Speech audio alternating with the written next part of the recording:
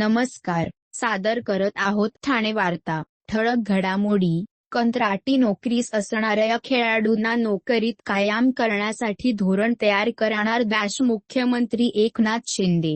मेट्रोसाठी bridge उभारण्याचं काम सुरू असताना या ब्रिजवरून पडून एका कामगाराचा दुर्दैवी मृत्यू. आणि नेव्ही डे दिवशी नौदलातील जवानाच्या शौर्याला 8 वर्षीय श्रावणी संदीप भारती हिने एलिफंटा ते गेटवे 12 किमी पोहून दिली सलामी. या आणि इतर घडामोडी विस्तृतपणे पण काही क्षणातच. आमच्या फेसबुक, यूट्यूब आणि संकेतस्थळाला सबस्क्राईब करायला विसरू नका.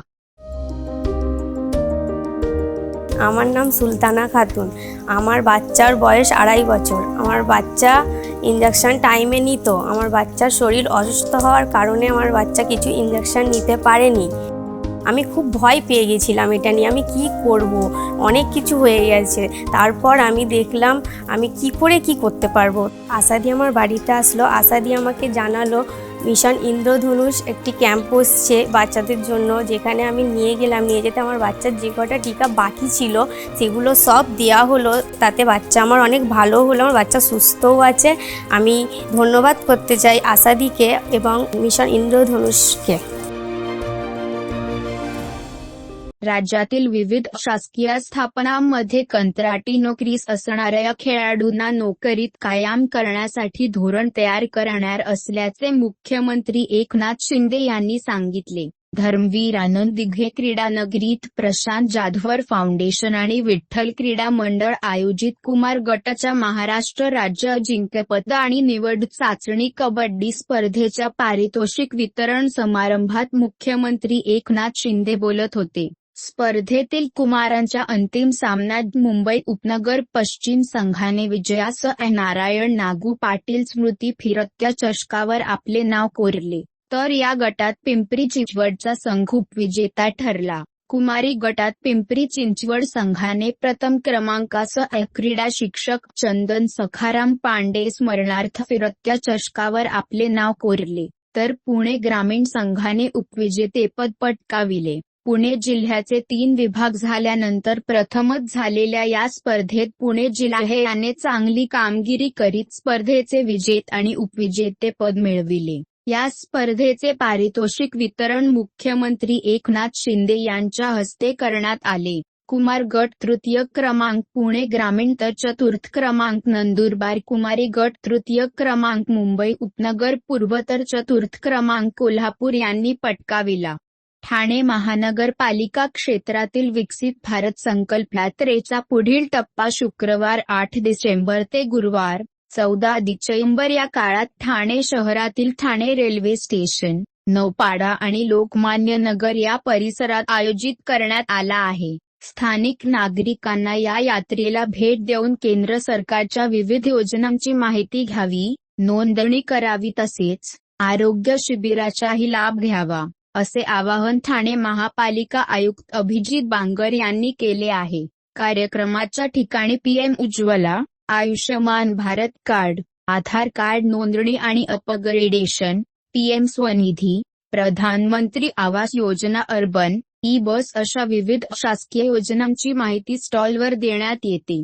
तसेच नोंदणीही करण्यात येते. त्याचबरोबर आरोग्य शिबिर, क्षयरोग तपासणी आणि औषधोपचार शिबिर असे विविध उपक्रमही या कार्यक्रमस्थळी होतात.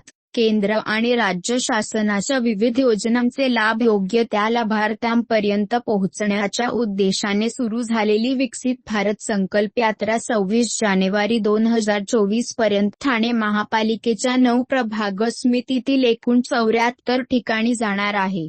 पहिल्या टप्प्यात कोपरी आणि वागळे इस्टेटचा भाग झाला. आता नौपाडा आणि लोकमान्य नगर येथे ही यात्रा येणार आहे.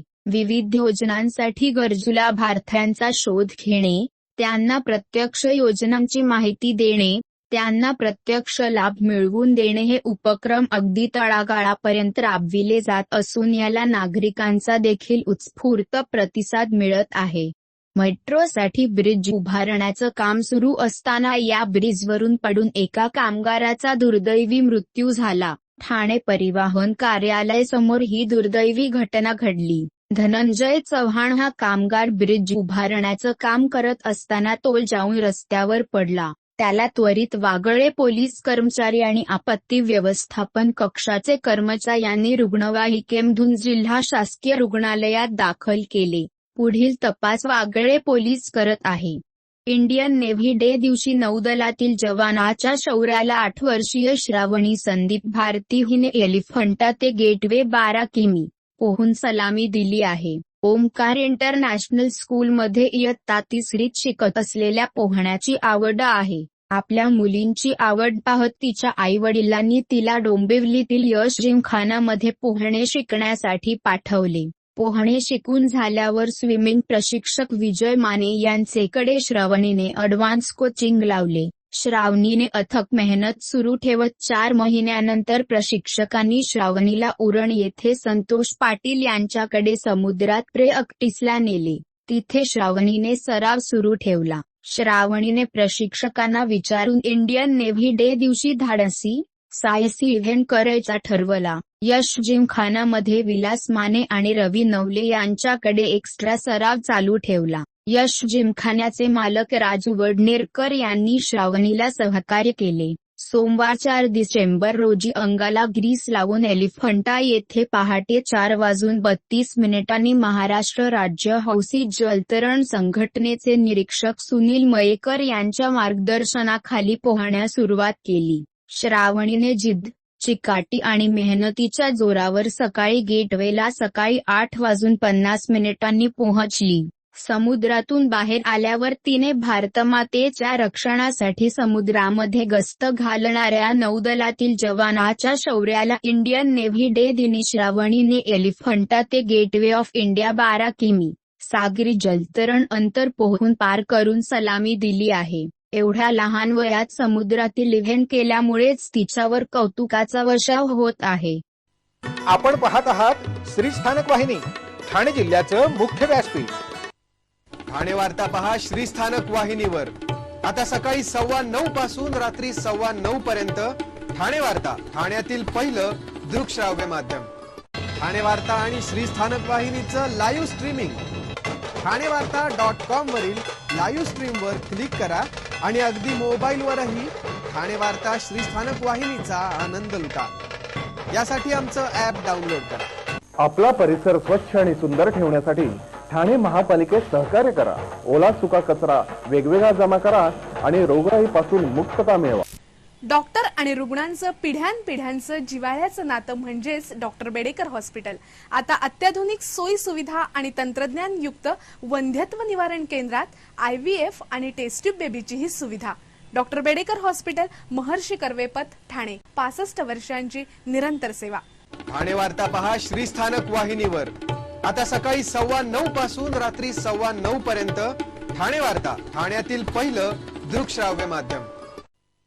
उपमुख्यमंत्री अजितदादा पवार जितेंद्र आव्हाड यांच्या मागे नेहमीच सह्याद्रीसारखे ठामपणे उभे राहिले. पण जितेंद्र आव्हाड यांनी कायमच अजितदादांचा तिरस्कार, दुस्वास, देश केला आहे, अशी घणाघाती टीका राष्ट्रवादी काँग्रेसचे महाराष्ट्र प्रदेश प्रवक्ते आनंद परांजपे यांनी पत्रकार परिषदेत बोलताना केली. जितेंद्र आव्हाड यांनी अजितदादांचे चित्र ट्विट केले होते. तेव्हा ते त्यांनी कोणत्या अवस्थेत केलं होतं हे माहीत नाही, पण त्यांनी अजितदादांना लवासा प्रकरणी, सिंचन प्रकरणी डिफेंड केल्याचा दावा केला आणि आपण कोणावरही व्यक्तिगत टीका करत नाही असे म्हटले. मुळात जितेंद्र आव्हाड यांना त्यावेळी महाराष्ट्रात प्रसिद्ध व्हायचे होते. टीव्हीचे अनलवर आपला TRP वाढवायचा होता म्हणून ते प्रतिक्रिया देत होते. परंतु अजितदादा पवार हे उपमुख्यमंत्री आणि अर्थमंत्री असताना 2009 ते 2014 साली आव्हाड यांच्या कळवा मुंब्रा या मतदारसंघात सर्वाधिक निधी दिला. यामुळेच आव्हाड यांच्या मतदारसंघात विकासाची कामे झाली आहेत. विनयभंगाच्या केसमध्ये आव्हाड हे खचले असताना त्याच्या घरी 3.5 तास अजितदादा त्यांना धीर देत बसले होते. पोलिसांनी खोटे गुन्हे दाखल केले म्हणून अजितदादांनी पोलिसांना झापले होते. आव्हाड हे तेव्हा राजीनामा देण्याच्या मनस्थितीत होते. यावेळी धीर देऊन अजितदादांनी त्यांना सावरले होते. अजितदादांविरोधात आम्हाला आंदोलन करायला लावले. आव्हाड यांनी मनसे अध्यक्ष राज ठाकरे यांचे तोंड कोंबडीच्या कोणत्या भागासारखे दिसते अशी टीका केली होती, तर उपसभापती नीलमताई गोऱ्हे या राजकारणात किती साड्या बदलतात अशी टीका केली. तर पंकजा मुंडे यांच्यावर चिक्की घोटाळ्याचा आरोप करताना चिक्की खाताना आव्हाड यांनी केलेले विभत्स तोंड सर्वांनी पाहिले आहे. किरीट सोमय्या आणि त्याच्या पत्नी मेधा सोमय्या यांनी संडासातील पैसे खाल्ले अशा प्रकारची व्यक्तिगत टीका आव्हाड यांनी नेहमीच केली आहे, पण जेव्हा त्याच्यावर टीका होते तेव्हा ते बिथरतात, असे आनंद परांजपे यांनी स्पष्ट केले. मुंब्रा आणि दिवा येथे अनधिकृत इमारतींवर आणि अनधिकृत पाणी कनेक्शनवर कारवाई करावी यासाठी धरणे आंदोलन केले. मुंब्रा प्रभाग समिती आणि दिवा प्रभाग समिती अंतर्गत अनधिकृत इमारतीचे बांधकामे सुरू आहेत आणि त्या इमारतींना अनधिकृत पाण्याचे कनेक्शनही जोडण्यात आले आहेत. यामुळे मुंब्रा शहरातील लोकांना पाणी टंचाईला सामोरे जावे लागत आहे. त्वरित अनधिकृत इमारती आणि अनधिकृत पाणी कनेक्शनवर कारवाई करावी या मागणीसाठी माजी नगरसेविका फरझाना शाकीर शेख यांनी बेमुदत धरणे आंदोलन सुरू केले आहे. भारतरत्न डॉक्टर बाबासाहेब आंबेडकर यांच्या महापरिनिर्वाण दिनाचे औचित्य साधून ज्येष्ठ अर्थतज्ज्ञ आणि प्रख्यात लेखक डॉक्टर नरेंद्र जाधव यांचे डॉक्टर बाबासाहेब आंबेडकर यांचे आर्थिक विचार या विषयावर ठाणे महापालिकेच्या विचारमंथन व्याख्यानमालेत व्याख्यान आयोजित करण्यात आले आहे. हे व्याख्यान रविवार 10 डिसेंबर रोजी होणार आहे. व्याख्यानमालेचे हे 11वे पुष्प आहे. डॉक्टर बाबासाहेब आंबेडकर यांचे माध्यमिक आणि विश्वविद्यालयीन शिक्षण मुंबईच्या एल्फिन्स्टन हायस्कूल आणि कॉलेजमध्ये झाले. पदवी घेतल्यानंतर उच्च शिक्षणासाठी अमेरिकेस गेले. तेथील कोलंबिया विद्यापीठातून त्यांनी अर्थशास्त्र विषयात M.A. आणि PhD या 2 पदवी संपादन केल्या. भारतात परतल्यावर मुंबईत सिडनहॅम कॉलेजमध्ये प्राध्यापकाची नोकरी केली. मुंबईत 31 जानेवारी 1920 रोजी त्यांनी मूकनायक नावाचे पाक्षिक काढले. त्यानंतर त्यांनी लंडन विद्यापीठाची D. सुप्रीम कोर्ट ही दुर्लभ पदवी 1923 साली संपादन केली. ते बॅरिस्टरही झाले. मायदेशी परतताच मुंबईस त्यांनी वकिली सुरू केली. सरकारी विधी महाविद्यालयात त्यांनी काही काळ प्राध्यापकाचे व प्राचार्याचेही काम केले. डॉक्टर बाबासाहेब आंबेडकर यांनी M.A. पदवीकरिता लिहिलेल्या प्रबंधाचा विषय प्राचीन भारतातील व्यापार असा होता. कोणताही देशात एखाद्या वर्गावर अन्याय होतो आहे म्हणून त्या देशाला राजकीय अधिकार नाकारता येत नाही, यासारखी तर्कशुद्ध मीमांसा या ग्रंथात आढळते. डॉक्टर बाबासाहेब आंबेडकर यांचा अर्थशास्त्रविषयक दुसरा प्रबंध म्हणजे the problem of the rupee हा होय. रुपयाचे पौंडाशी प्रमाण बसवून इंग्रजी राज्यकर्त्यांनी केवळ इंग्रजी व्यापाऱ्यांचेच हित साधून भारताचे कसे नुकसान केले यावर त्यांनी या प्रबंधात प्रकाश टाकला आहे. डॉक्टर बाबासाहेब आंबेडकर यांच्या या आर्थिक विचारांचा मागोवा ज्येष्ठ अर्थतज्ज्ञ आणि शिक्षणतज्ज्ञ, लेखक व समाजशास्त्रज्ञ डॉक्टर नरेंद्र जाधव घेणार आहेत. ते रिझर्व्ह बँकेचे मुख्य आर्थिक सल्लागार होते. तसेच नियोजन मंडळाचे सदस्यही होते. आमचा बाप आणि आम्ही हे त्यांचे आत्मचरित्र जगातल्या 20 भाषांमध्ये अनुवादित झाले आहे. रिझर्व्ह बँकेत असताना ते अफगाणिस्तान सेंट्रल बँकेचे प्रमुख सल्लागार होते. तसेच 4.5 वर्षे आंतरराष्ट्रीय नाणेनिधीमध्येही कार्यरत होते. त्यांनी पुणे विद्यापीठाचे कुलगुरूपदही भूषविले आहे. डॉक्टर जाधव यांनी 3 भाषेत 37 पुस्तके लिहिली आहेत. या पुस्तकात डॉक्टर बाबासाहेब आंबेडकर यांच्यावरील 21 पुस्तकांचा तसेच रवींद्रनाथ टागोर यांच्यावरील 3 पुस्तकांचा समावेश आहे. सर्व नागरिकांना आवाहन करण्यात येत आहे की सध्या डासांमार्फत पसरणाऱ्या डेंग्यू या आजाराचा प्रसार रोखण्यासाठी प्रत्येकाने पुढील प्रमाणे कार्यवाही करावी. डेंग्यू आजार एडिस इजिप्ती हा डास चावल्याने होतो. या डासांची पैदास साचलेल्या किंवा साचवलेल्या स्वच्छ पाण्यामध्ये होते. 8 दिवसांपेक्षा जास्त दिवस पाणी उघडे व साचून राहिल्यास त्यात डास अंडी घालतात. अंड्यांच्या अळ्या तयार होऊन आपण आपले कार्यक्रम अथवा बातम्या आम्हाला ठाणेवार्ता@gmail.com या आमच्या ईमेलवर कळवू शकता. ठळक घडामोडी शेवटी पुन्हा एकदा. कंत्राटी नोकरीस असणाऱ्या खेळाडूंना नोकरीत कायम करण्यासाठी धोरण तयार करणार मुख्यमंत्री एकनाथ शिंदे. मेट्रोसाठी ब्रिज उभारण्याचं काम सुरू असताना या ब्रिजवरून पडून एका कामगाराचा दुर्दैवी मृत्यू. आणि नेव्ही डे दिवशी नौदलातील जवानाच्या शौर्याला 8 वर्षीय श्रावणी संदीप भारती हिने एलिफंटा ते गेटवे 12 किमी पोहून दिली सलामी. या होत्या ठाणे वार्ता. आपली एखादी बातमी बघायची राहून गेल्यास आपण आमच्या ठाणेवार्ता.in या संकेतस्थळाला किंवा फेसबुक पेज तसंच यूट्यूबचे अनेलला अवश्य भेट द्या. मग पुन्हा भेटू पुढील बातमीपत्रात फक्त श्रीस्थानक वाहिनीवर. धन्यवाद.